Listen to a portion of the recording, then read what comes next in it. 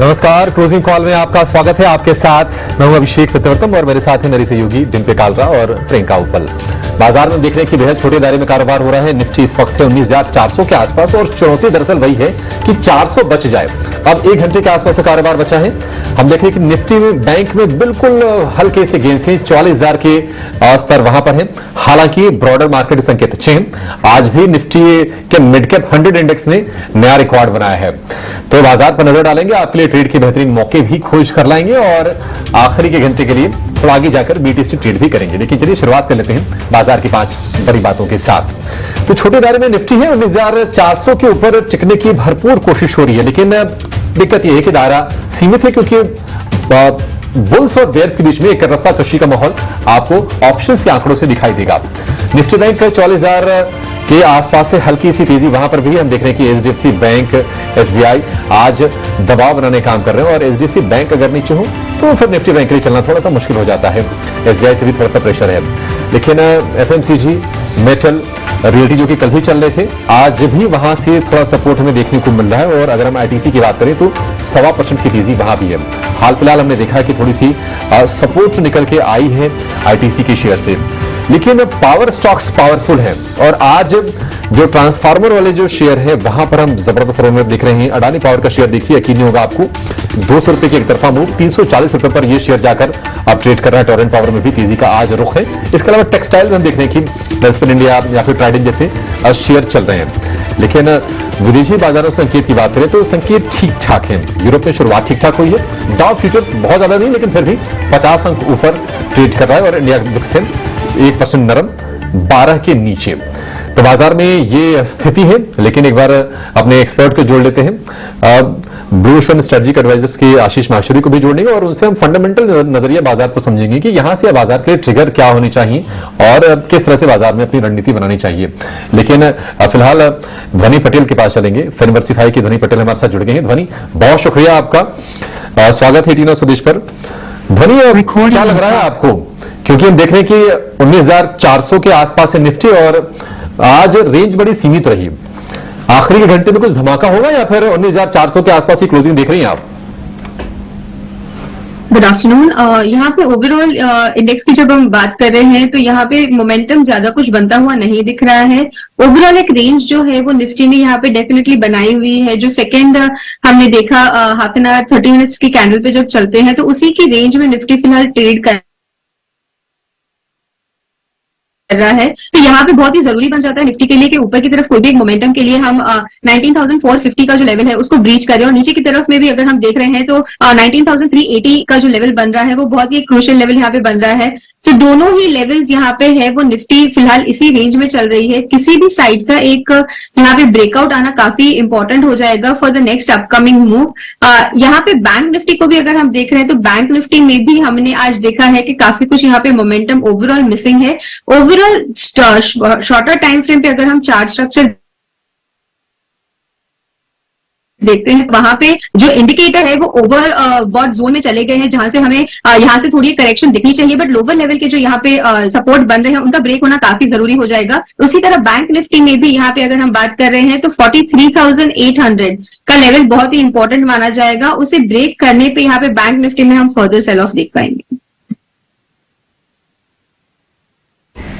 ठीक है, ये तो बात ध्वनि की तरफ से इंडेक्स पर एक स्ट्रैटेजी, क्योंकि बिल्कुल रेंज में अब भी बाजार दिख रहा है। आप अगर ऊपर की कॉल राइटिंग देख रहे हैं 19,500 की, तो पुट राइटिंग 19,400 की भी है, यानी नीचे बेस भी दिख रहा है, नीचे गिरने देगा बाजार, खुद बुल्स नीचे गिरने नहीं दे रहे और बियर्स ऊपर से बढ़ने नहीं दे रहे। तो इस रेंज के बीच ट्रेड्स कौन से आइडेंटिफाई कर रही हैं आप ध्वनि? जी बिल्कुल, मेरी तरफ से 2 ट्रेड्स यहाँ पे रहेंगे। सबसे पहला जो ट्रेड है वो यहाँ पे गेल में रहेगा। ओवरऑल चार्ट स्ट्रक्चर इसका अगर हम देखते हैं तो स्विंग ट्रेड बनता है। यहाँ से करंट लेवल से आप इसको बाय कर सकते हैं। ऊपर की तरफ में पहला टारगेट इसका जो है वो 120 रहेगा, उसके बाद 123 से 125 के लेवल्स देखने को मिल सकते हैं। स्टॉप लॉस इसके अंदर आपको 112 का लेके चलना होगा। दूसरा ट्रेड यहाँ पे जो बनता है वो आईडीएफसी सीन बनता है। आइडिया अभी यहाँ पे अगर हम चार्ट स्ट्रक्चर देखते हैं तो एक बुलिश साइड का चार्ट स्ट्रक्चर बना हुआ है। एवरी टाइम अगर हम देख रहे हैं डेली सेशंस में तो यहाँ पे कैंडल्स ग्रीन है और ऊपर की तरफ में क्लोज हो रही है। आज के दिन में हमें वॉल्यूम्स के तरफ से भी काफी एक पार्टिसिपेशन देखने को मिल रहा है और एडीएक्स भी इसका जो है वो पॉजिटिव अपसाइड का एक यहाँ पे मूव बनाता हुआ दिख रहा है। करंट लेवल से आप इसके अंदर एंटर कर सकते हैं। टारगेट जो है वो 130 का बनता है और यहाँ पे स्टॉप लॉस जो आपको लेके चलना है तो 119 का। ऑलराइट, तो ये तो हुए दो आज के स्टॉक, लेकिन इसमें आप ब्लॉक डील पर अपडेट्स भी देख रहे हैं। बीएचईएल पर लगभग 14.5 लाख शेयरों का सौदा हुआ है। बीएचईएल आज 10% की मूव है और लगभग 4000 करोड़ के ऑर्डर मिले। अडानी पावर की ही एक यूनिट है जिसकी वजह से हमने देखा कि स्टॉक में सुबह तो मूवमेंट नहीं थी। ये जो अभी लास्ट आवर में ये कुछ पिछले मिनटों में लगी है, इन ब्लॉक के कारण लगी है। आई थिंक ये तेजी जो 10% तक की तेजी आपको देखने को मिल रही है बीएचईएल पर। ठीक है, कुछ और ट्रेड्स भी डिस्कस करते हैं। राजेश पालविया भी है हमारे साथ, उनसे भी बात करते हैं। Rajesh, good afternoon. आपके कहाँ हैं ट्रेड्स आज के? Good afternoon Priyanka ji. तो देखिए, मार्केट में जो एक ट्रेड था वो तो भेल था और उसमें ऑलमोस्ट अब अपर सर्किट लग गया, तो यहाँ पे अपॉर्चुनिटी बची नहीं। बट हम एक्सपेक्ट कर रहे हैं जिस तरीके के ब्रेकआउट यहाँ पे हुए हैं बीएचईएल में, यहाँ से मोमेंटम काफी स्ट्रॉन्ग कंटिन्यू होते हुए दिख सकता है। हालांकि हमने 112 तक के टारगेट सजेस्ट किए थे, बट ये हमें लग रहा है कि जिस तरीके का ब्रेकआउट हुआ ये फर्दर 120-25 की तरफ भी पोजिशनल बेसिस पे बढ़ते हुए दिखेगा। तो काफी समय से हम देखें कि भेल में जो एक ब्रेकआउट हुए थे और एक अप स्लोपिंग ट्रेंड लाइन का ये सपोर्ट लेके वहां से मल्टीपल टाइम हमने देखा कि एक रिवर्सल बन रहा था और आज जो ब्रेकआउट हुए ये दिखाते हैं कि 120-125 की तरफ ये स्टॉक बढ़ते हुए दिखेगा। तो भेल एक हमारा स्टॉक रहेगा। दूसरा स्टॉक जो हमें पसंद आ रहा है वो जीएमआर एयरपोर्ट, जीएमआर इंफ्रा यहाँ पे काफी पसंद आ रहा है। स्टॉक में देखें तो वीकली सेटअप पे एक राउंडिंग बॉटम फॉर्मेशन बना के स्टॉक में जिस तरीके से एक रेंज का ब्रेकआउट हुआ है और अब स्टॉक में एक जो स्विंग हाई निकाले हैं इसने पिछले, यहाँ पे एक अच्छा मोमेंटम हमें लगता है फर्दर एक्सटेंड होते हुए दिखेगा। स्टॉक में जो हम टारगेट एक्सपेक्ट कर रहे हैं वो 63-65 तक के टारगेट हमें लगता है शॉर्ट टर्म में आते हुए दिखेंगे। स्टॉप लॉस होगा करीब 55 रुपए के आसपास। तीसरा स्टॉक जो हमें पसंद आ रहा है वो है पूना वाला फिनकॉर्प। स्टॉक में 3-4 दिनों से एक माइल्ड प्रॉफिट टेकिंग देखने को मिली थी। स्टॉक अपने ही सारे इंपॉर्टेंट मूविंग एवरेज के ऊपर सस्टेन कर रहा है। जिस तरीके से स्टॉक में आज के सेशन में वापस रिवर्सल बना है, ओवरऑल स्ट्रक्चर तो पूना वाला के बुलिश साइड में ही है। एक प्रॉफिट बुकिंग में जो एक डिप लिया था वापस से, अब हमें लगता है कि ये स्टॉक में वापस रिवर्सल बनते हुए दिखेगा और स्टॉक वापस अपने प्रीवियस स्विंग हाई की तरफ अप्रोच करते हुए दिखेगा। 470 तक के अपसाइड के टारगेट हम प्रोजेक्ट कर रहे हैं। स्टॉप लॉस रखेंगे करीब 425 के आसपास।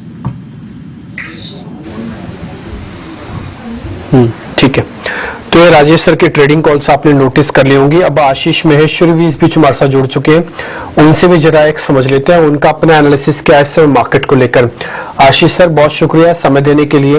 बाजार एक टफ रेंज और एक टाइट रेंज के अंदर है, ब्रेकआउट ब्रेकडाउन्स दोनों ही नहीं मिल रहे हैं। ये सिलसिला आगे भी जारी रहेगा या कोई खबर, कोई एक ऐसी चीज जो आपको लग रहा है कि इस रेंज से हमको बाहर ले जाएगी? जो बाजारों का ट्रेंड है थोड़ा सा निफ्टी और बैंक निफ्टी के बियॉन्ड चल रहा है।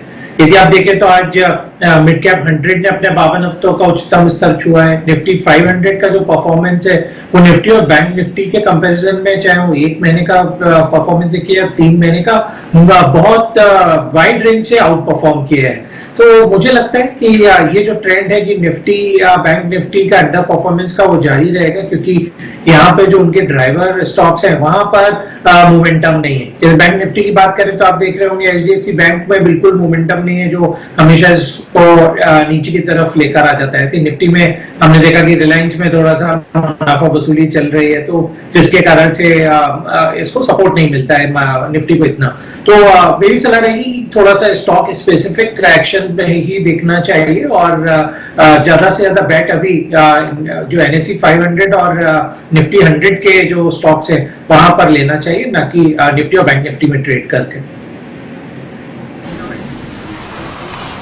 ओके, ठीक है, डन। तो आप निफ्टी और बैंक निफ्टी को, जैसे हम कई बार आपसे कह रहे हैं कि इसको भूल जाइए, तो आपको अच्छा कुछ दिखेगा मार्केट के अंदर। अगर आप इसको रख कर देख रहे हैं बाजार को, तो फिर आपको बहुत अच्छा कुछ नहीं दिखने वाला। तो फिलहाल आशीष सर भी यही बात कहते हुए कि निफ्टी और बैंक निफ्टी से हटकर बाजार को देखेंगे तो आपको बहुत कुछ दिखेगा मार्केट के अंदर। आगे बढ़ते हैं। एक शेयर हमने सुबह डिस्कस किया था, उस समय 2-4 रुपए ऊपर आया था, लेकिन आज अभी वो करीब 10 रुपए ऊपर आ चुका है। शेयर का नाम है जुबिलेंट फूडवर्क, करीब 8 रुपए ऊपर है, 491 पे चल रहा है। सर 500 आज में हो जाएगा। राजेश सर, इसको बीटीएसटी भी करके जा सकते हैं 500-510 के लिए। तो डीपी जी बिल्कुल देखिए आज इसमें मोमेंटम तो बना है। पिछले 3-4 सेशन से देखें तो स्टॉक में लोअर साइड से एक बाइंग इंटरेस्ट बिल्कुल बनते हुए दिख रहा है। स्टॉक अब अपने 200 डे 50 डे मूविंग एवरेज के ऊपर भी सस्टेन करते हुए दिख रहा है। नेक्स्ट टारगेट बिल्कुल यहाँ से इमीडिएट बेसिस पे तो 500 रुपए तक हमें लगता है आ सकता है। तो ये टारगेट के लिए होल्ड किया जा सकता है पोजीशन। स्टॉप लॉस यहाँ पे आप छोटा ही रखें 486 के आसपास। 500 इसका पहला पड़ाव है, अगर ये 500 के लेवल को क्रॉस करता है तो फिर इसमें रैली एक्सटेंड हो सकती है और जो कि इसको फिर नेक्स्ट टारगेट 525 की तरफ भी लेके जा सकती है। तो सलाह ये रहेगी कि 500 के आसपास इसको एक बार आइदर रिव्यू करें या पार्शियली प्रॉफिट बुक करें, क्योंकि हमें लगता है यहाँ पे एक अच्छे सपोर्ट एरिया से स्टॉक ने रिवर्सल दिया है। ये हो सकता है ये रैली 520 की तरफ भी एक्सटेंड होते हुए दिखे। पूर्ण 520 तक का सफर तय कर सकता है। लेकिन आशीष जी आपसे जरा ना एस्कॉर्ट्स के बारे में राय चाहेंगे सर, क्योंकि अब ये रिकॉर्ड ऊंचाई पर ट्रेड कर रहा है, लगातार हम तेजी देख रहे हैं। आज भी देख रहे हैं कि शेयर करीब करीब 3% ऊपर है और जो भी गेंस थे शुरुआती सत्र के उसको लूज नहीं किया। तो ये दिखाता है कि स्ट्रेंथ कितनी है। मुझे ना लेने का मन कर रहा है, या फिर अगर कोई पूछे कि लेना है तो मैं कह दूंगा कि हाँ ले लो। लेकिन आप ये जरा बताइए क्या वैल्यूएशन वाला एक कंसर्न है क्या एस्कॉर्ट्स के लिए? देखिए मैं तो इनफैक्ट काफी बुलिश रहा हूँ एस्कॉर्ट्स पे, क्योंकि जो क्यूबोटा के साथ में उनका जो एसोसिएशन हुआ है, इसके बाद एस्कॉर्ट्स क्यूबोटा सिर्फ एक इंडियन कंपनी नहीं है, ये एक इंडियन एमएनसी कंपनी बन गई है। क्योंकि क्यूबोटा के जो लोअर हॉर्स पावर के ट्रैक्टर है ये अक्रॉस द वर्ल्ड बिकते हैं और इसका एक क्यूबोटा का स्टेक लेने का रीजन ही ये था कि वो इंडिया को एक हब बनाकर यहाँ से एक्सपोर्ट करना चाहते हैं। तो और इनफैक्ट यही हमें उसके रिजल्ट्स में देखने को मिल रहा है। कंपनी का जो मुनाफा था लास्ट क्वार्टर में वो काफी बेहतरीन था। तो मुझे लगता है करीब जो 650 करोड़ का मुनाफा एस्कॉर्ट्स का रहा है लास्ट ईयर में, उससे बढ़कर कम से कम 1000 करोड़ का प्रॉफिट एस्कॉर्ट इस साल में रिपोर्ट कर सकता है। तो बिल्कुल इस मार्केट कैप पे काफी वैल्यू नजर आती है और मेरी इनफैक्ट अभी भी स्टॉक पे बाय की सलाह है। और यदि कोई लंबी अवधि के लिए रखेगा तो मुझे लगता है दूसरा मारुति इन मेकिंग है। ठीक है, एस्कॉर्ट्स कुबोटा अब तो ग्लोबल पेरेंट है इनकी, एक तरह से कह सकते हैं कि मल्टीनेशनल कंपनी है, देसी नहीं है। लेकिन चलिए आगे बढ़ेंगे और अब आपके लिए ऑप्शंस की रणनीति जानेंगे। हमारे साथ जुड़ गए हैं कुश बोहरा।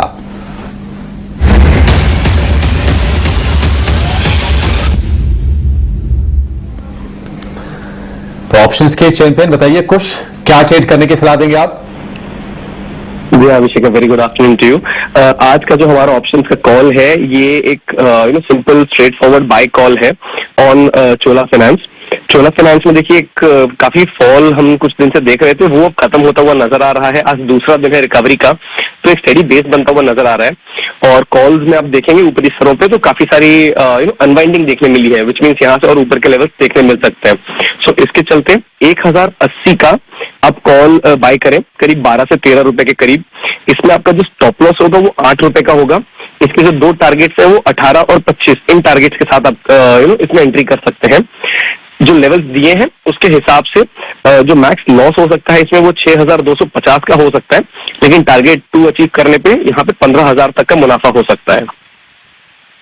ऑलराइट, चोला इन्वेस्टमेंट पे आपकी कॉल रहेगी 1080 की स्ट्राइक की कॉल अगस्त की 13 रुपए पे जो इस वक्त चल रही है उससे आप बाय करने का पहला टारगेट 18 रुपए के लिए और फिर 25 रुपए के लिए दूसरा टारगेट। ठीक है कुश, बहुत बहुत शुक्रिया इस स्टॉक को रेकमेंड करने के लिए, ऑप्शन के ट्रेड को रेकमेंड करने के लिए।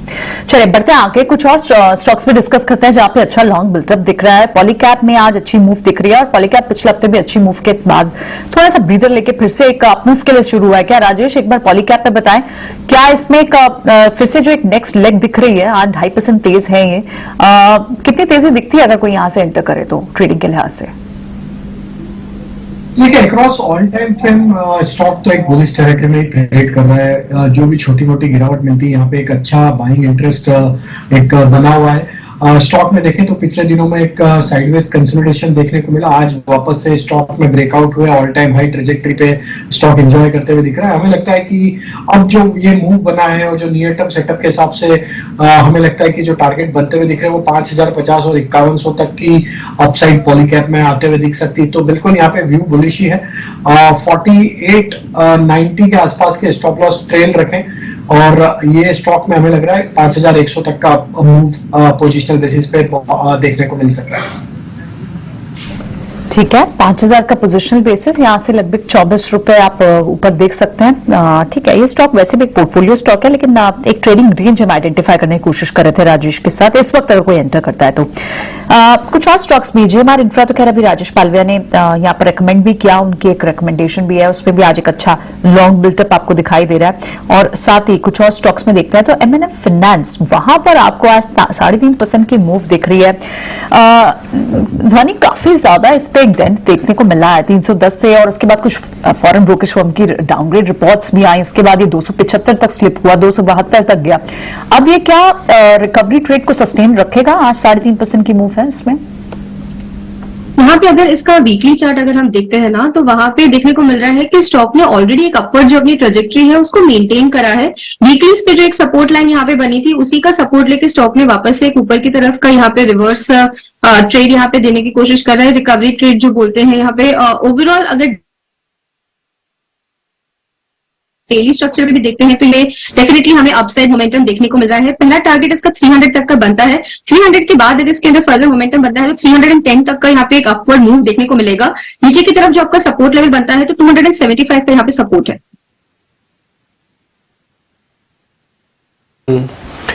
आशीष सर, रेलवे कंपनीज में से आपको कौन सा पसंद है? जो टेक्नोलॉजी के साथ जुड़ा हुआ कंपनी है टिकटिंग की, IRCTC, या फिर RVNL जैसा शेयर, या फिर रिट्स जैसा शेयर? बहुत सारे अलग अलग डिवीजन है, काम सबका रेलवे से जुड़ा हुआ है, बट कंपनीज की वैल्यू, उनके बिजनेस, उनकी ऑर्डर बुक से सब कंपनी अपने आप में अलग भी हो जाती है। सर, आपको कौन सा पसंद है? देखिए, यहाँ पे जो स्टॉक मुझे अपील करता है और मुझे लगता है कि अच्छे रिटर्न दे सकता है, उसमें दो स्टॉक मैं रिकमेंड करूंगा, इरकॉन और राइट्स। मेरा मानना है इन दोनों स्टॉक्स में बेस्ट पार्ट ये है कि सब ये भारतीय रेलवे तक रिस्ट्रिक्टेड नहीं है। इरकॉन देखे और ये राइट्स देखे तो ये ग्लोबल कंपनीज है जो रेलवे का पार्ट है, और काफी कुछ काम ये अफ्रीका और दूसरी कंट्रीज में भी करते हैं, तो डिपेंडेंसी सिर्फ इंडिया पे नहीं है। और बहुत सारा काम अभी इंडियन रेलवे कंपनीज को इसलिए मिल रहा है क्योंकि गवर्नमेंट की तरफ से जो बायलेटरल ट्रीटीज हो रही है उसमें उनकी कंडीशन रहता है कि आपको काम भारतीय कंपनियों के थ्रू कराना पड़ेगा, तो इसका बिल्कुल बेनिफिट इरकॉन और राइट जैसी कंपनियों को मिलेगा। तो ये दोनों मेरी बाइंग रडार पर है। जो सरकारी कंपनियां हैं, जो यदि प्राइवेट सेक्टर में देखा जाए तो टैक्समेको, रेल, ये स्टॉक मुझे अभी भी अपील करता है। जरूर स्टॉक काफी बढ़ गया है, बट तो इसमें अभी भी पोटेंशियल टैक्समेको, रेल में यहाँ से भी नजर आता है। ओके, ठीक है, टैक्समेको, रेल आपको ठीक लग रहा है यहाँ पे, और ये शेयर भी आपने डिस्कस किया।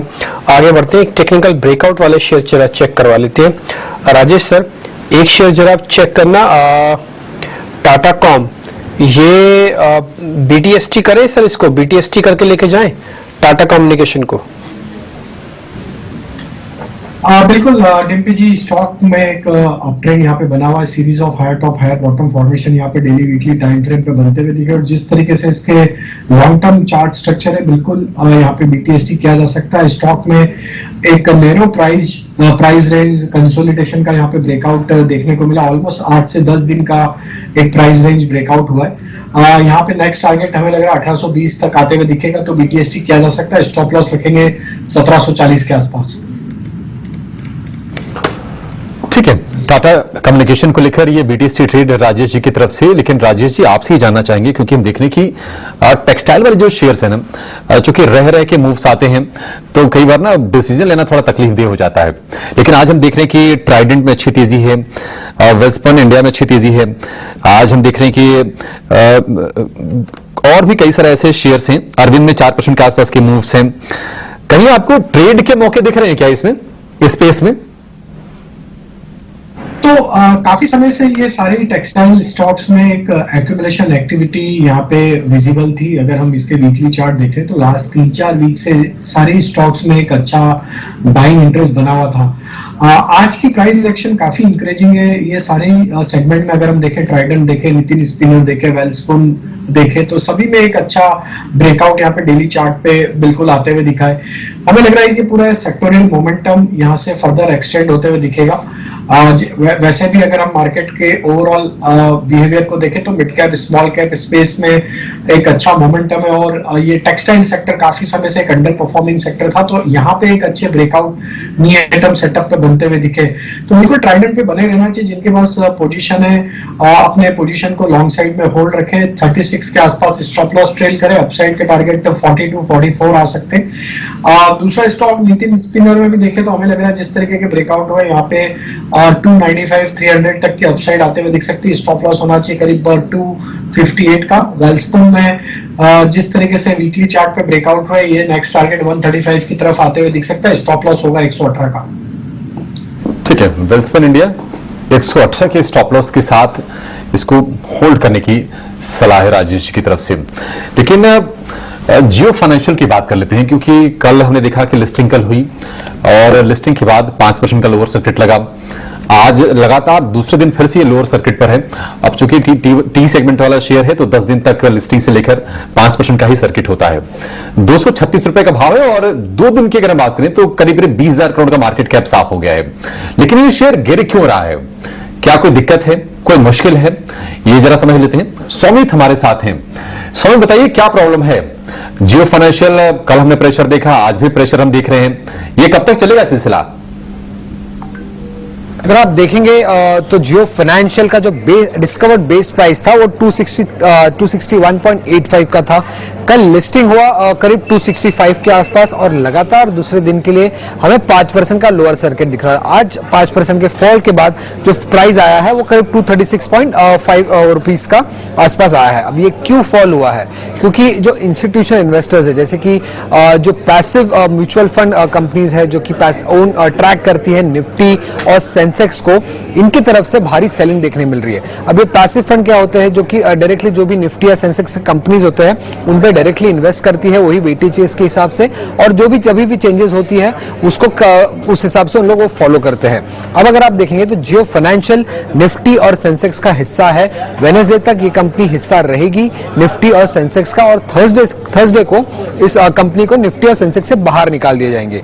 अब चूंकि रिलायंस इंडस्ट्रीज ऑलरेडी निफ्टी और सेंसेक्स का हिस्सा है, तो जितने भी वो पैसिव म्यूचुअल फंड्स थे उनको भी उनके पास भी रिलायंस इंडस्ट्रीज होंगे और उनको भी जियो फाइनेंशियल के शेयर्स मिले होंगे। अब चूंकि जियो फाइनेंशियल थर्सडे को दोनों ही इंडेक्सेस से बाहर निकल जाएंगे, तो इन म्यूचुअल फंड्स को भी उनके शेयर्स को बेचने पड़ेंगे, लिक्विडेट करने पड़ेंगे मार्केट में, क्योंकि वो जियो फाइनेंशियल होल्ड नहीं कर सकते, क्योंकि जियो फाइनेंशियल निफ्टी और सेंसेक्स का हिस्सा नहीं रहेगा। और इसी कारण हमें ये सेलिंग देखने मिल रहा है अभी जियो फाइनेंशियल में, और इसलिए लोअर सर्किट लगा है। अब एनालिस्ट के हिसाब से निफ्टी से बाहर जाने के कारण करीब 90 मिलियन शेयर्स की सेलिंग एक्सपेक्टेड है, और सेंसेक्स से बाहर जाने के कारण करीब 55 मिलियन शेयर्स की सेलिंग एक्सपेक्टेड है। तो कुल मिला के करीब 14.5 करोड़ शेयर्स की सेलिंग एक्सपेक्टेड है। उसके साथ अगर आप देखेंगे तो जियो फाइनेंशियल के शेयर्स जो जीडीआर होल्डर्स है, अब रिलायंस इंडस्ट्रीज का जीडीआर लंदन में लिस्टेड है, तो उन्हें भी जियो फाइनेंशियल के शेयर्स मिले हैं। तो एनालिस्ट ऐसा मान रहे हैं कि जीडीआर होल्डर्स भी शायद इसको सेल कर सकते हैं। तो उनके पास करीब 17 करोड़ के आसपास शेयर्स है, तो कुल मिला के करीब 30 करोड़ के आसपास के शेयर्स की सेलिंग एक्सपेक्टेड है जियो फाइनेंशियल में, और इसी कारण ये 5% का लोअर सर्किट कंटिन्यूअसली लग रहा है जियो फाइनेंशियल पे। अब सर्किट क्यों लग रहा है? क्योंकि जियो फाइनेंशियल लिस्ट हुआ है T2T सेगमेंट में। इसका मतलब यह है कि यहाँ पे सिर्फ डिलीवरी बेस्ड ट्रेडिंग हो सकती है, इंट्राडे ट्रेडिंग नहीं हो सकती है, और ये अगले 10 दिन तक होगी, मतलब लिस्टिंग से लेके अगले 10 दिन तक। और इसी कारण तब तक अगर भारी सेलिंग देखने मिली तो 5% का लोअर सर्किट लगने को देख सकते हैं हम जियो फाइनेंशियल पे। अगर आप देखेंगे तो जब जियो फाइनेंशियल की डीमर्जर की बात चल रही थी, तब स्ट्रीट ने जो वैल्यू असाइन किया था जियो फाइनेंशियल को, वो करीब 160 to 180 पे हुआ था, बट डिस्कवर्ड प्राइस जो हुआ था जियो फाइनेंशियल का वो 261.85 के आसपास है। तो थोड़ा एक सेक्शन है स्ट्रीट का जो एक्सपेक्ट कर रहा है कि लोअर सर्किट लगने के कारण शायद जियो फाइनेंशियल की जो प्राइसिंग है वो 160-180 पे आके सेटल हो सकती है। तो ये बात एक देखने वाली होगी कि कहां पे जाके ये सेटल होता है, लोअर सर्किट का मामला कब खत्म होता है जियो फाइनेंशियल को लेके।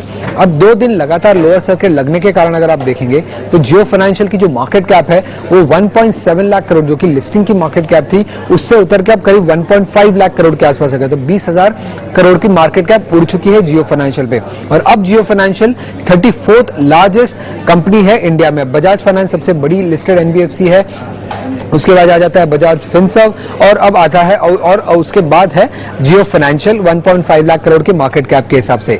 अब जियो फाइनेंशियल के पास क्या है, उनकी खुद की नेटवर्थ है करीब 1.17 लाख करोड़ की टोटल, जिसमें उनका जो 6.1% स्टेक रिलायंस इंडस्ट्रीज का है वो भी इंक्लूड हो जाता है। और कंपनी की फोकस आगे जाके रहेगी लेंडिंग बिजनेस पे, एसेट मैनेजमेंट बिजनेस पे, इंश्योरेंस ब्रोकिंग पे और डिजिटल ब्रोकिंग पे और पेमेंट्स बिजनेस को लेके। इनफैक्ट एसेट मैनेजमेंट कंपनी में तो उन्होंने ऑलरेडी एक जॉइंट वेंचर भी साइन अप कर लिया है ब्लैक रॉक के साथ। तो ये सारे बिजनेस प्लान्स है जियो फाइनेंशियल के आगे चल के। उन्होंने 2 आईसीआईसीआई बैंक के वेटरन्स को भी हायर किया है, केवी कामत और इटी सेठिया, जो बिजनेस को लीड करने वाले हैं और इन सारे बिजनेसेस पे उनका ये फोकस रहेगा। फिलहाल तो सिर्फ एसेट मैनेजमेंट कंपनी की टाई अप अनाउंस की है उन्होंने, बाकी बिजनेसेस के लिए टाई अप अभी तक अनाउंस नहीं की। तो ये भी देखने वाली बात रहेगी कि आगे चल के कैसे टाई अप्स होते हैं।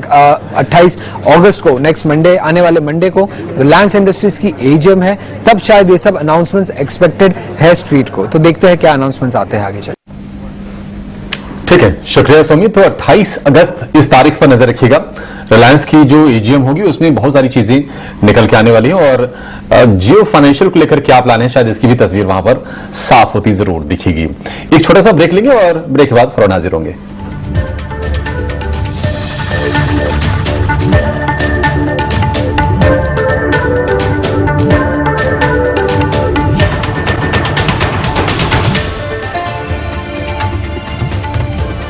के बाद एक बार फिर आपका स्वागत है। और आज बैंक्स तो हैं ही, वापस जो आए हैं, फाइनेंस काउंटर्स में भी आपको अच्छी मूव दिख रही है, चाहे वो व्हीकल फाइनेंसेस हो, होम फाइनेंसेस हो, इन सभी में अच्छी मूव दिख रही है। अभी चोला फाइनेंस पर भी खुश भी एक कॉल दे रहे थे, पावर फाइनेंसेस तो चल ही रहे हैं। आज दूसरे कुछ और फाइनेंस काउंटर्स की भी बात करते हैं। In fact Ujjivan finance, L&T finance, इनमें जो ये मूव बनी हुई है, क्या ये और ऊपर के लेवल्स अगर यहां से कोई एंटर करता है तो पॉसिबल है? एल&टी फाइनेंस तो इनफैक्ट बेन कैपिटल के जो एक स्टेक सेल के बाद हमने देखा जहां दबाव बना, वहां से थोड़ा सा सबड्यूड रहा है इसका मूवमेंट। एल&टी एक रेंज में फंस गया था राजेश, क्या आप उस रेंज के ऊपर आ गया है? ये किस तरह की मूव एक्सपेक्ट करनी चाहिए? प्रियंका जी, देखिए स्टॉक में एक जो मल्टीपल सप्लाई जोन थे उसके ब्रेकआउट तो ऑलरेडी स्टॉक ने किए हुए हैं और उसके ऊपर ही सस्टेन करते हुए दिख रहा है। स्टॉक को अगर हम डेली चार्ट पे देखें तो एक फॉलिंग चैनल का भी ब्रेकआउट यहाँ पे डेली चार्ट पे बनते हुए दिखा है। स्टॉक में weekly, daily, monthly time frame पे एक रिवर्सल के साइन यहाँ पे आते हुए दिखे। यहाँ पे हमें लगता है कि फर्दर यहाँ पे एक्सटेंड होना चाहिए, पुल बैक जो कंटिन्यू होते हुए दिख रहा है। 135 तक के टारगेट हमें लगता है इसमें शॉर्ट टर्म में आते हुए दिख सकते हैं। तो पोजीशन होल्ड रखने की सलाह एल&टी फाइनेंस होल्डिंग में, और स्टॉप लॉस जो रखना होगा वो करीब होगा 119 रुपए के आसपास, और अपसाइड के टारगेट 135 हमें लगता है इसमें शॉर्ट टर्म में आते हुए दिख सकते हैं। ठीक है, ऑलराइट, तो शॉर्ट टर्म के लिए अपसाइड मूव आपको दिखता है, आप होल्ड करने की यहाँ सलाह दे रहे हैं जो इसमें बने हुए हैं। ध्वनि से भी समझते हैं कि ध्वनि है जो ऑटो आंसरी में, इनफैक्ट अभी स्कॉट्स को भी अभिषेक भी डिस्कस करते हैं, भारत फोर्ज को हम देख ही रहे हैं, पिछले 2-3 दिन से वहां मूव है। थोड़ी सी मूवमेंट आपको टायर स्टॉक्स में भी देखने को मिली है। सीआर जैसे काउंटर्स में आज 8% की मूव है, क्या यहाँ पर मोमेंटम कंटिन्यू रहेगा? हाँ, तो ओवरऑल अगर हम स्टॉक्स देखते हैं तो सबसे पहले सीएट का यहाँ पे चार्ट स्ट्रक्चर देखते हैं, तो सीएट का डेली चार्ट स्ट्रक्चर जो है वो यहाँ पे काफी इंटरेस्टिंग लग रहा है, क्योंकि स्टॉक ने यहाँ पे जो है वो अपनी एक 50 पीरियड की एक्सपोनेंशियल मूविंग एवरेज होती है उस पे पिछले 5 दिनों से यहाँ पे सपोर्ट ले रहा है, और आज भी हमें यहाँ पे एक ओपन लो की फॉर्मेशन मिली है जहां से स्टॉक अपनी higher range of the day में क्लोज कर रहा है। तो करंट लेवल से आप सीएट में यहाँ पे एक लॉन्ग पोजीशन बना सकते हैं। स्टॉप लॉस जो आपका यहाँ पे रहेगा, तो कंजर्वेटिव साइड पे नीचे हम 2260 का यहाँ पे स्टॉप लॉस लेके चलेंगे। पोजिशनली इसके अंदर काफी एक अच्छा यहाँ पे गेन मिल सकता है, जिसमें 2575 तक का एक अपमूव विटनेस करने को मिलेगा।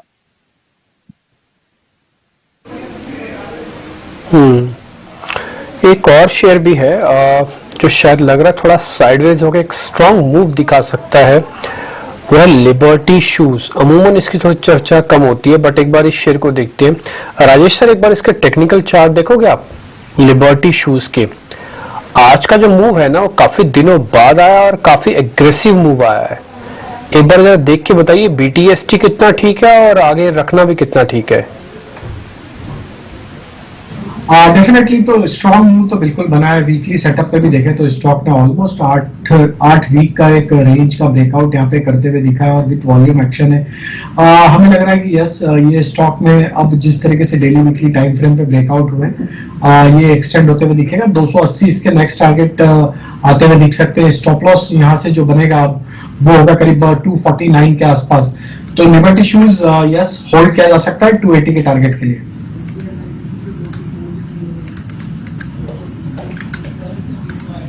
ठीक है, आगे बढ़ते हैं। अब एक अपना खास सेगमेंट देखते हैं, खबर गर्म है।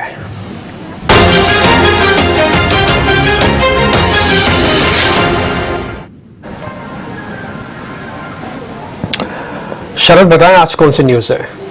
जी बिल्कुल, फोकस में रहने वाला इंजीनियर्स इंडिया, और हमने जो है डीलर से बातचीत की है और यहाँ पे वो जो है एक सस्टेन्ड एचएनआई बाइंग इस काउंटर में देखने मिल रहा है। लगातार ये 2 सेशंस में देखने मिल रही है, लेकिन याद रखिए स्टॉक ऑलरेडी अपने 5 ईयर हाई लेवल्स पे आ चुके हैं और आज दिन के ट्रेड में अगर मैं वॉल्यूम्स की बात करूँ तो यहाँ पे लगभग 3 गुना उनके 20 दिन की औसत की जो वॉल्यूम्स की एवरेज है उसको लेके जो है टोटल वॉल्यूम्स देखने मिल रही है।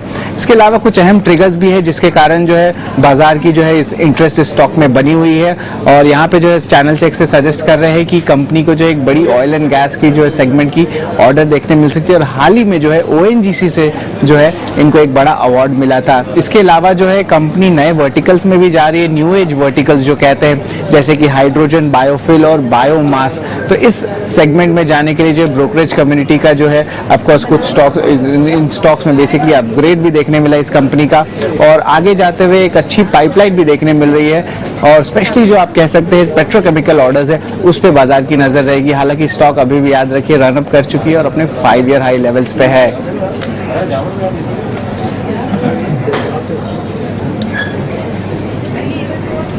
ओके, ठीक है, चलिए ठीक है, शुक्रिया शरद ये आज खबर बताने के लिए। तो इंजीनियर्स इंडिया एचएनआई बाइंग दिख रही है, और बड़े ट्रिगर जो आज बता रहे हैं हमें, उसमें स्ट्रॉन्ग पाइपलाइन, पेट्रोकेम ऑर्डर्स मिल सकते हैं कंपनी को, जिसके चलते हमने कहा 4.5% की मूव भी देखने को मिली। शुक्रिया शरद ये जानकारी देने के लिए। एक बार समझ भी लेते हैं कि क्या यहाँ से फर्दर और अपसाइड कितना टेक्निकली चार्ट्स पर हमारे एक्सपर्ट्स को दिख रहा है। ध्वनि आप बताएं, ईएल का चेक एक बार चार्ट चेक करके बताएं, क्या लेवल्स आप वॉच आउट कर रही हैं?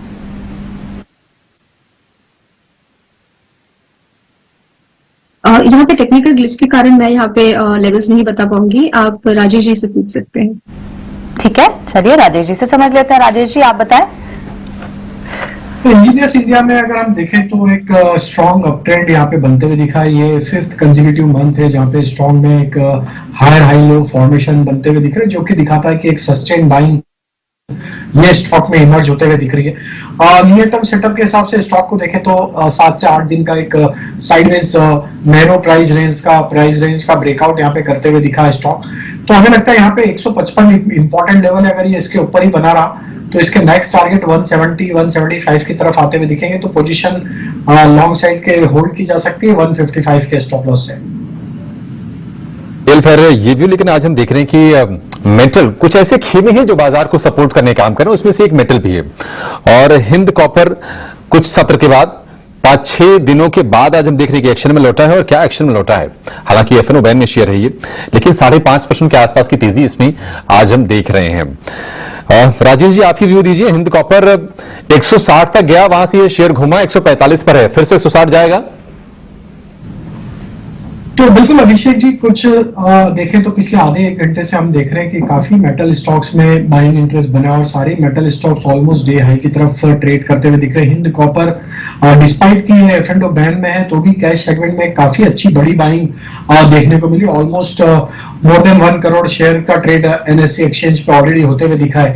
तो ये जो वॉल्यूम के साथ ब्रेकआउट बना है, ये एक रिवर्सल जो पिछले 3-4 दिन की गिरावट है उसका बनते हुए दिख रहा है। और यहाँ पे हमें लग रहा है 142 एक अहम लेवल रहेगा। अगर ये लेवल को होल्ड आउट करता है तो हिंद कॉपर का नेक्स्ट लेवल जो बन सकता है वो 152-155 की तरफ भी आते हुए दिख सकता है। हालांकि स्टॉक एफएनओ बैन में है तो थोड़ा सा इसको देखना होगा, तो बड़ा ट्रेड ना करें, लेकिन छोटी क्वांटिटी जरूर बाय की जा सकती है 142 के स्टॉप लॉस से। तो most of the metal stocks में यहाँ पे एक अच्छा ट्रैक्शन आते हुए दिखा है, और हमें लग रहा है कि ये सेगमेंट में एक फ्रेश बाइंग पिछले कुछ आधे 1 घंटे में बनी, और ये कंटिन्यू होते हुए दिख सकती है कल के सेशन के लिए भी। हिंदुस्तान कॉपर पर ये व्यू, लेकिन आशीष जी आपसे जरा एवररेडी इंडस्ट्रीज पर व्यू चाहेंगे, क्योंकि बाइंग बहुत अच्छी है और वॉल्यूम भी इस स्टॉक में बड़ा शानदार है। करीब 6% ऊपर ये शेयर ट्रेड कर रहा है, 52 हफ्ते के ऊपरी स्तर पर है। यहां से आप किस तरह की चाल देख रहे हैं शेयर में? ठीक है, बिल्कुल। एवरेडी इंडस्ट्रीज की जहां तक हम बात करें तो आज ऑलरेडी 52 वीक हाई पर ये स्टॉक ट्रेड हो रहा है और हमने लास्ट टाइम के नतीजे भी देखे थे तो कंपनी लॉस किया था मार्च में, उसके बाद में काफी हैंडसम प्रॉफिट भी कंपनी का आ गया था और जितना भी ईवी रिलेटेड या जो भी इलेक्ट्रिक व्हीकल रिलेटेड जो चेंजेस आ रहे हैं पॉलिसीज में और सिस्टम्स में, तो उसका बिल्कुल बेनिफिशियरी एवरेडी इंडस्ट्री का स्टॉक रहने वाला है और मुझे पसंद है इस लेवल पे क्योंकि एक अच्छी टर्नअराउंड स्टोरी भी है।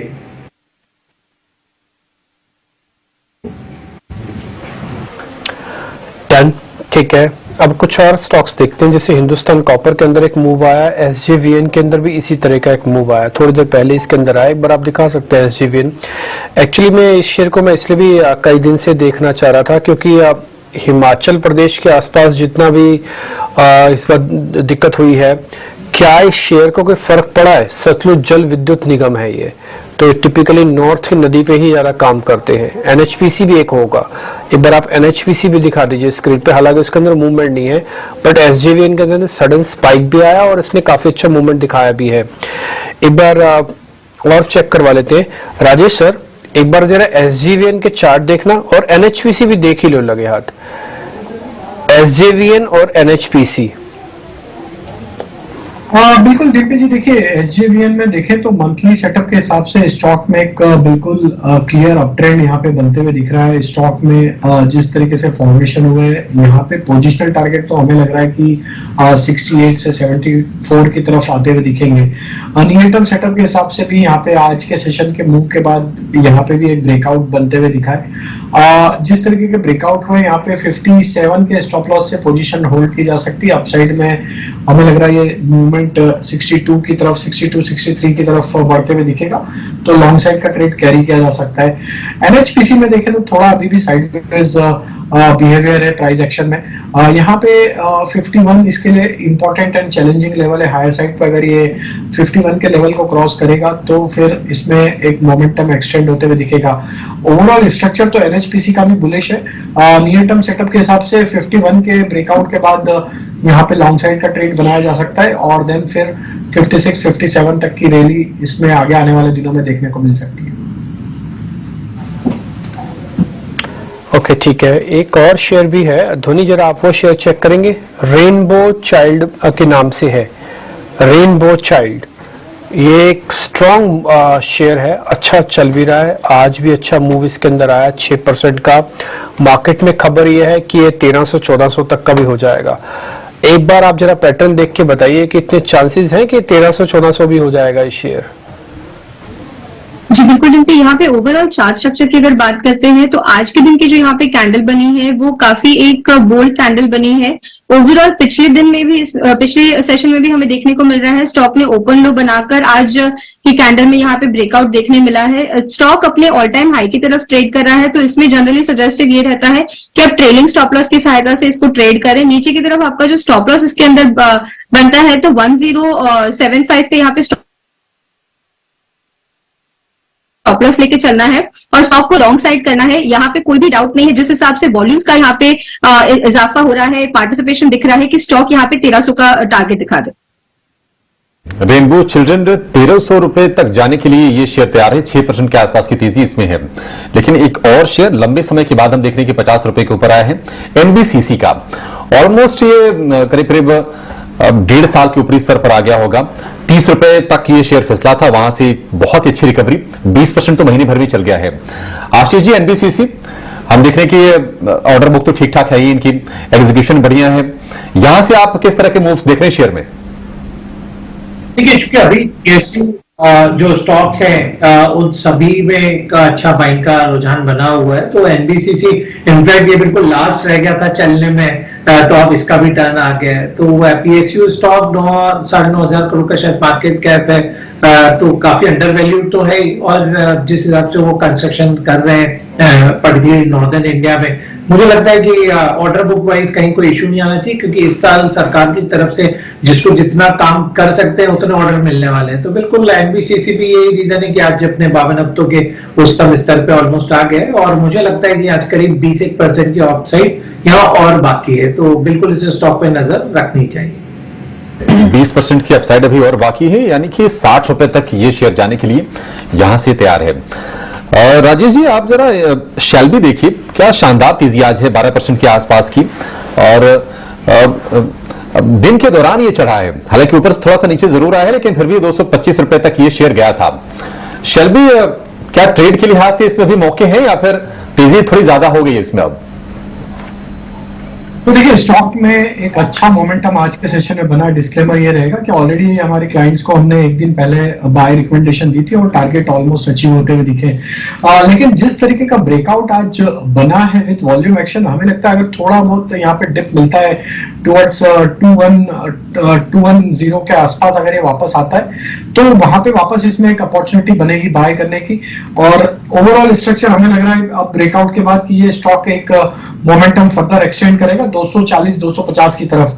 तो यहाँ पे अगर 210-212 के आसपास अगर ये वापस अवेलेबल होता है तो वहां पे बाय करें। स्टॉप लॉस रखें करीब 200 रुपए के आसपास, और टारगेट पोजिशनली 240 तक हमें लगता है इसमें आते हुए दिख सकते हैं।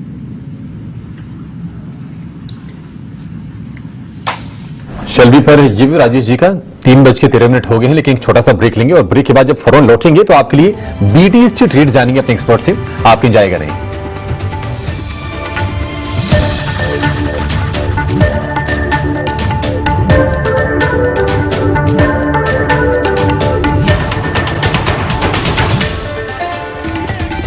ब्रेक के बाद एक बार फिर आपका स्वागत है। तो बाजार उसी रेंज में तो दिख रहा है 19,400 के आसपास ही। थोड़े से जो गेन्स आज दिन भर में आपको मिले वो इरोड हुआ है, बैंकिंग के भी, निफ्टी के भी। तो इस जंक्शन पर क्या करना चाहिए? एक बार कुछ BTST ट्रेड्स ले लेते हैं। राजेश और धनी दोनों ही है हमारे साथ। राजेश, क्या होना चाहिए इस वक्त BTST ट्रेड्स? जिस तरह के गेन्स आज इरोड हुए हैं, क्या एक बार के लिए थोड़ा कॉशियस भी होना चाहिए या फिर अपना सपोर्ट मेंटेन रखेगा बाजार? आप यहाँ से क्या ट्रेड्स लेके जाएंगे? देखिए, स्टॉक स्पेसिफिक एक्शन तो काफी स्ट्रांग बनी हुई है और हमें लगता है कि ये मोमेंटम इंडेक्स में भले साइडवेज रहे, लेकिन स्टॉक स्पेसिफिक यहाँ पे बाइंग इंटरेस्ट बिल्कुल इंटैक्ट है। पहला स्टॉक जो पसंद आ रहा है BTST के लिए वो KKR मिल, काफी स्ट्रांग प्राइस एक्शन देखने को मिला डेली वीकली टाइम फ्रेम पे। वीकली चार्ट पे एक राउंडिंग बॉटम फॉर्मेशन यहाँ पे बनते हुए दिख रहा है। हम एक्सपेक्ट करें यहाँ पे स्टॉक के जो target BTST point of view से आ सकते हैं वो 760-770 की तरफ आते हुए दिख सकते हैं। स्टॉप लॉस होगा करीब 710 के आसपास। जो दूसरा स्टॉक पसंद आ रहा है वो है मेटल स्पेस से, और उसमें NMDC का सेटअप भी काफी प्रॉमिसिंग लग रहा है। स्टॉक एक अप स्लोपिंग चैनल में ट्रेवल कर रहा है डेली सेटअप पे, और आज यहाँ पे उस चैनल के अपर बैंड का यहाँ पे ब्रेकआउट भी होते हुए दिखा है। तो NMDC भी हमें लगता है कि BTST किया जा सकता है। BTST के टारगेट होंगे करीब 126-127 के। स्टॉप लॉस होगा यहाँ से करीब 118 के आसपास। तीसरा स्टॉक जो हमें पसंद आ रहा है वो है जेन इरिगेशन का। यहाँ पे अगर हम डेली वीकली टाइम फ्रेम पे देखें तो स्टॉक ने एक मल्टीपल रेजिस्टेंस जोन का ब्रेकआउट यहाँ पे ऑलरेडी वीकली चार्ट पे डिस्प्ले किया है, और आज के सेशन में भी देखें तो स्टॉक में एक अच्छा बाइंग इंटरेस्ट देखने को मिला है। ओपनिंग के बाद से स्टॉक एक अच्छे ब्रेकआउट के ऊपर सस्टेन करते हुए दिख रहा है। जेन इरिगेशन में हम एक्सपेक्ट कर रहे हैं टारगेट जो आ सकते हैं करीब 64-65 तक के। स्टॉप लॉस होगा करीब 56 के आसपास। तो ये बात तो है, स्टॉक स्पेसिफिक एक्शन तो बाजार में काफी है और आपको वही रहना चाहिए जहां एक्शन है। तो ध्वनि कौन से स्टॉक्स लेके जा रही हैं आज? ध्वनि, आप बताएं आपके क्या कैरी फॉरवर्ड ट्रेड्स आज? जी बिल्कुल, यहाँ पे मेरी तरफ से 3 ट्रेड्स रहेंगे, 2 BTST है और एक STBT ट्रेड लेंगे यहाँ पे। जो BTST है उसके लिए टाटा पावर का काउंटर मुझे यहाँ पे बहुत अच्छा लगता है। ओवरऑल स्टॉक जो है वो अपना एक अपवर्ड मोमेंटम बनाया हुआ है। वॉल्यूम्स जो है वो काफी इंटरेस्टिंग लग रहा है। पिछले आधे घंटे में भी हमें यहाँ पे वॉल्यूम की पार्टिसिपेशन काफी अच्छी देखने को मिल रही है। करंट लेवल से आपको इसको बाय करना है। 250 तक की इसकी अपसाइड है। नीचे स्टॉप लॉस जो है वो 239 का बनेगा। दूसरा जो यहाँ पे काउंटर बनता है तो सोनाकॉम BLW का है। वहां पे स्टॉक ऑलरेडी अपनी अपवर्ड ट्रेजेक्ट्री बनाया हुआ है। यहाँ से करंट लेवल से बाय करने पे यहाँ पे 670 तक की यहाँ पे अपसाइड देखने को मिल सकती है। स्टॉप लॉस जो है वो यहाँ पे 590 का लेके चलना है। STBT ट्रेड जो यहाँ पे है वो ICICI बैंक में बनेगा। ओवरऑल बैंकिंग के लिए मेरा नजरिया शो के स्टार्टिंग में ही एक वीक साइड का था, वो मैंने बताया था। तो करंट लेवल से आपको ICICI बैंक को शॉर्ट करना है। नीचे की तरफ इसका जो टारगेट है तो 930 पर इसका जो नेक्स्ट सपोर्ट लेवल है वो मिलता है। ऊपर की तरफ जो स्टॉप लॉस रहेगा तो 958 का लेके चलना है। ओके ठीक है। इस बीच आप जो खबर देख पा रहे हैं ना नीचे, इससे काफी कंपनीज को फर्क पड़ेगा। वो कंपनीज को भी फर्क पड़ेगा जो भी एथेनॉल के अंदर आना चाह रही हैं या हैं, उन कंपनीज को भी फर्क पड़ेगा जो एथेनॉल का इस्तेमाल करती हैं, क्योंकि कुल मिला के सरकार ये कह रही है कि जो अतिरिक्त अनाज होता है या खराब अनाज है उस पर हम इंसेंटिव देंगे, एडिशनल इंसेंटिव देंगे। आपको मालूम है कि कई बार नितिन गडकरी बात कह चुके हैं कि देश के किसान अब अन्नदाता नहीं बल्कि ऊर्जादाता होने चाहिए। ये कुछ वैसा ही है। आप इससे पहले कई बार आपके माइंड में वो तस्वीरें भी आती होंगी जहां पे अनाज खराब हो जाता था। सरकार उसको इंसेंटिवाइज करके उसको एथेनॉल में कन्वर्ट करना चाहती है, और जो इंसेंटिव है वो आपकी स्क्रीन पर है। कई जगह 3 रुपए दिए जा रहे हैं, अलग अलग क्रॉप के हिसाब से है। कई जगह 7 रुपए दिए जा रहे हैं, कई जगह 10 रुपए दिए जा रहे हैं। एथेनॉल ब्लेंडिंग जो भारत के अंदर है वो करीब 15% तक हो गई है। और एथेनॉल ब्लेंडिंग से बेनिफिट ये होता है, एक तो बायोफ्यूल के तौर पर इस्तेमाल होता है, दूसरा आप पेट्रोल और डीजल की कॉस्टिंग को बहुत अच्छे से मैनेज कर पाते हैं। दूसरी बात, इसकी कॉस्ट अभी तक तो भारत में बहुत ज्यादा नहीं पड़ रही है, क्योंकि जो ब्लेंडिंग के लिए एथेनॉल उनको मिल रहा है वो टिपिकली शुगर कंपनीज अब तक दे रही हैं, और वो जितना प्रोड्यूस करते हैं सबका सब गवर्नमेंट इसको प्रोक्योर कर लेती है। अगर कुछ और इंडस्ट्रीज इस बिजनेस में इस तरह के प्रोडक्ट के साथ एथेनॉल लेके आएंगी तो शायद उसका बड़ा बेनिफिट हो सकता है। आशीष सर, एक बार आपसे जरा व्यू पॉइंट समझ लेते हैं कि गवर्नमेंट की योजना बहुत साफ है। वो चाहते हैं कि एथेनॉल का प्रोडक्शन बढ़े, भारत के अंदर इंपोर्ट ना करना पड़े, नहीं तो चीन से भी इंपोर्ट करके लेके आया जा सकता है। इस तरह के इंसेंटिव ये पूरे एथेनॉल जो इकोस्फीयर बना हुआ है सारी कंपनीज के लिए अच्छा है। फिर तो ये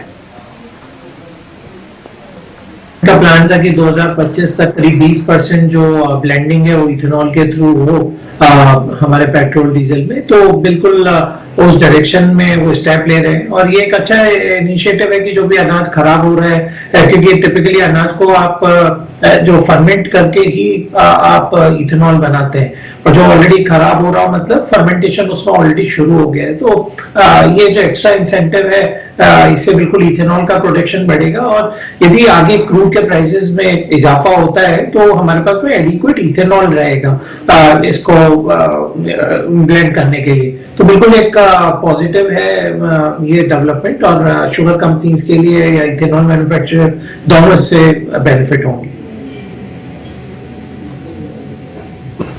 हालांकि आपके मन में ये क्वेश्चन भी आ रहा होगा कि एथेनॉल अगर ज्यादा प्रोड्यूस होगा तो शुगर कंपनीज की मनमानी चली जाएगी। ऐसा नहीं है, गवर्नमेंट अपने हिसाब से एथेनॉल का प्रोक्योर करती है, और शुगर कंपनी जितना एथेनॉल बना रही है सबका सब प्रोक्योर हो जाता है गवर्नमेंट एजेंसीज के द्वारा। तो डिमांड हमेशा ज्यादा है, अभी भी है और आगे भी रहेगी, और सप्लाई की शॉर्टेज है। शुगर कंपनीज को शुगर भी प्रोड्यूस करनी है, एथेनॉल भी करना है। कई कंपनीज तो अब शुगर प्रोड्यूस करना भी कम कर रही है, वो सिर्फ बनाती ही एथेनॉल है। तो इसलिए शुगर का कंपटीशन नहीं है। अगर किसी के माइंड में ये क्वेश्चन आ रहा हो कि ये तो शुगर का कंपटीशन है, कोई कंपटीशन नहीं है। वो अनाज है और वो गन्ना, वो अलग चीज है, प्रोडक्ट भी अलग अलग है। खैर, बाद में इस पूरी खबर का एनालिसिस के तौर पर आशीष ने भी आपको बता दिया। जैन साहब, अभी आपने एक कंपनी का नाम लिया था, जैन इरिगेशन।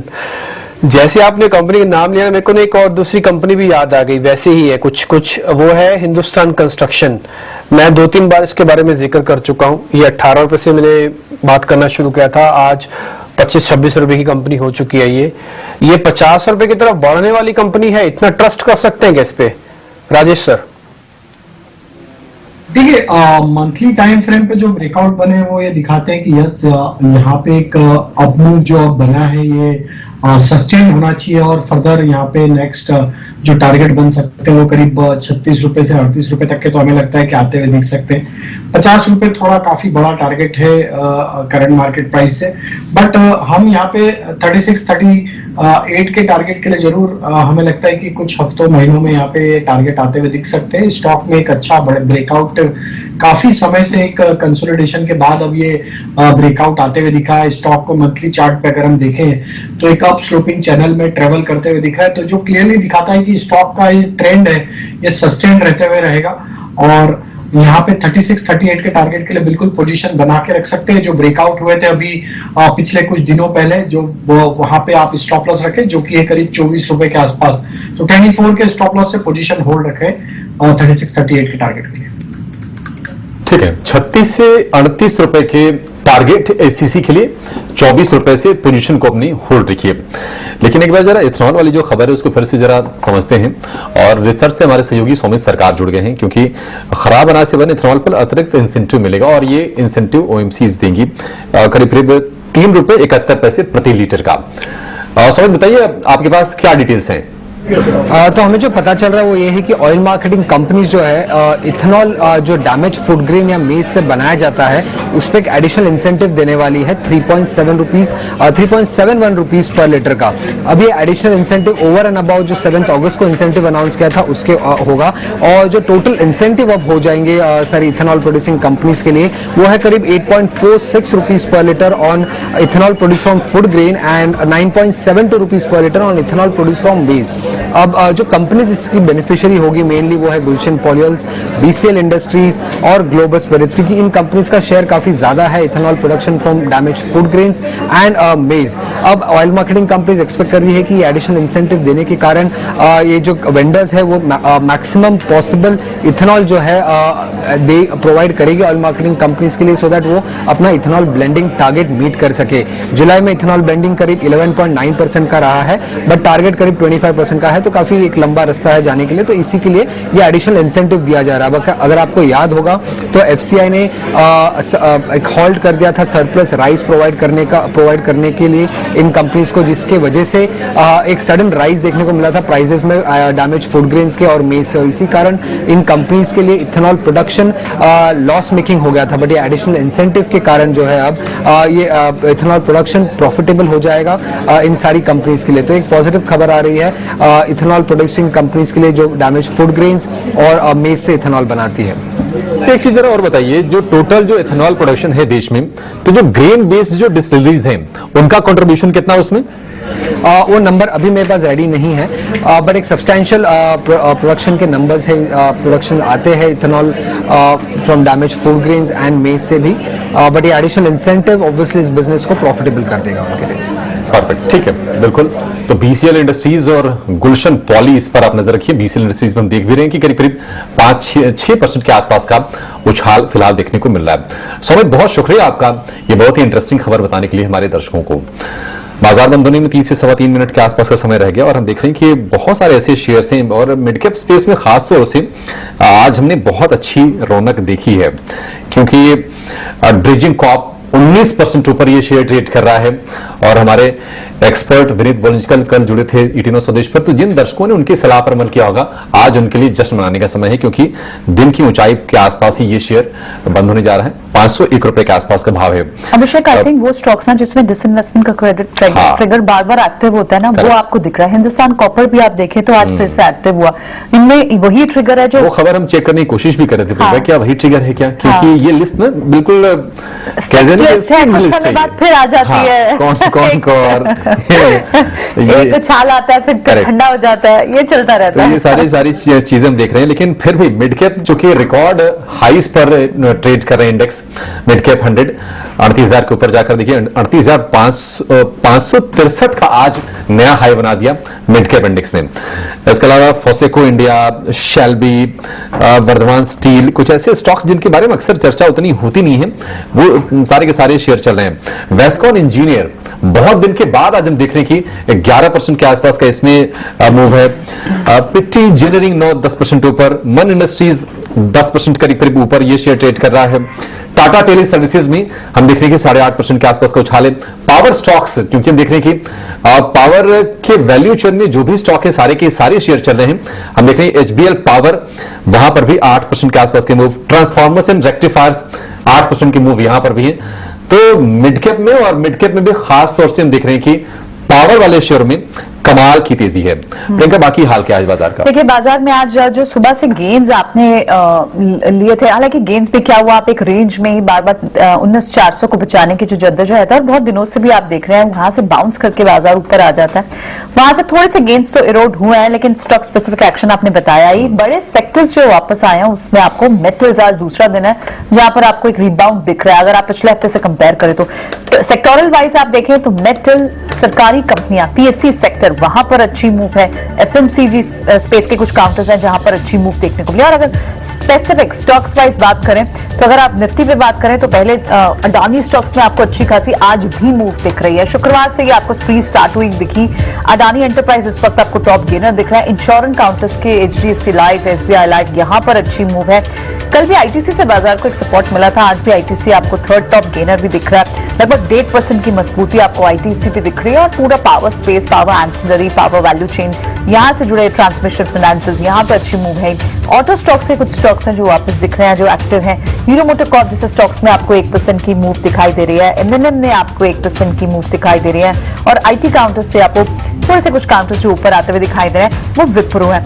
हेवी वेट्स में जो कल भी जो आपको दिखे थे जिनसे थोड़ा सा बाजार को सहारा मिला था, उसमें एलएनटी जैसे काउंटर भी शामिल थे। और आज भी आपको एलएनटी प्लस में काम करते हुए दिखाई दे रहा है। लेकिन एट द सेम टाइम अगर लगाट्स की बात करें तो स्टेट बैंक लगाट दिख रहा है, बजाज फिनसर्व लगाट दिखाई दे रहा है। आईटी काउंटर्स में आप सारा आईटी काउंटर नहीं परफॉर्म कर रहा है। इनफैक्ट आज थोड़े लगाट ही है, बहुत ज्यादा मूविंग नहीं है। और बैंक्स में आपको प्राइवेट बैंक्स में आज फिर से जो गेन्स देखने को कल मिले, प्राइवेट बैंक से पार्टिसिपेशन देखिए। आज आईसीआईसीआई बैंक ड्रैग रहा है, एचडीएफसी बैंक भी थोड़ा सा माइन्यूटली सबड्यूड परफॉर्मेंस के साथ काम कर रहा है। लेकिन मिड कैप, स्मॉल कैप, वहां न्यूज बेस्ड एक्शन बहुत स्ट्रांग था, ब्रॉडर मार्केट में एक्शन। और उसके चलते ही टाटा टेली जैसे काउंटर्स में भी वो नया टाटा का जो आईपीओ आना, आई थिंक उसका ट्रिगर ही एक्टिव होता हुआ दिखाई दे रहा है कि 10% टाटा टेली में आपको मूव दिख रही है।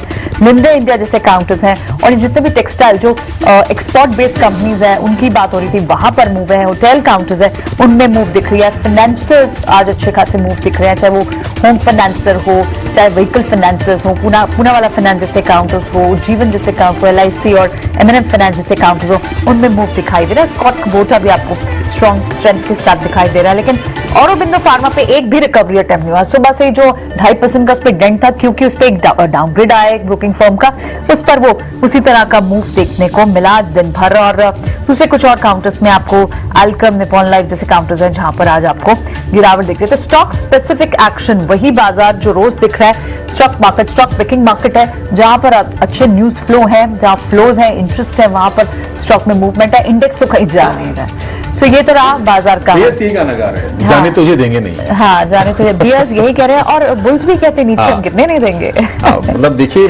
क्या ये क्लोजिंग है, 16 4 अंकों पर, बहुत नैरो रेंज है। देखिए अभिषेक, 19,400 की पुट भी राइटिंग हो रही है और 19,500 की कॉल भी ये रस्सा कशी चलेगी, क्योंकि इस बार थोड़ा सा ना समय ज्यादा मिला है। हाँ, 5 हफ्ते है ना इस पूरे महीने में। हाँ करेक्ट, इसीलिए। तो चलिए शो को फिलहाल यही वाइंड अप करते हैं। कल सुबह आपसे फिर होती है मुलाकात। अगला शो कल की तैयारी आप मनीष के साथ देखें। नमस्कार।